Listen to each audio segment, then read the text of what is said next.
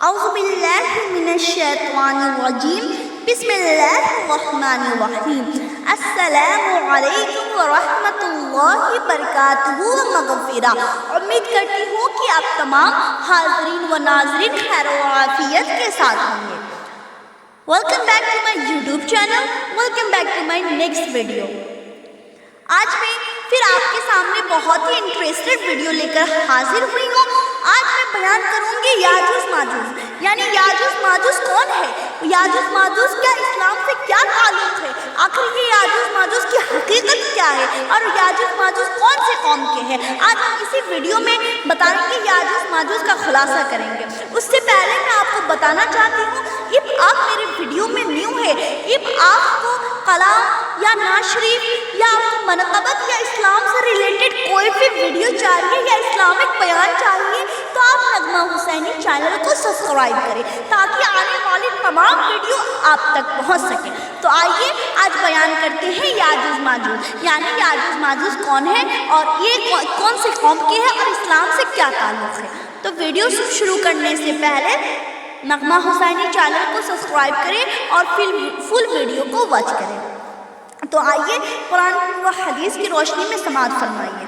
یاجوج ماجوج، یاجوج ماجوج جو ہے یہ یافیس بن نوح علیہ السلام کی اولاد میں سے ایک فاسدی گروہ ہے۔ کون ہے یہ یافیس، یعنی یہ یافیس بن نوح علیہ السلام، یعنی یافیس بن نوح علیہ السلام کی اولادوں میں سے ایک گروہ ہے، یعنی ان کی قوم کے اولادوں میں کے ایک گروہ ہے۔ اور ان لوگوں کی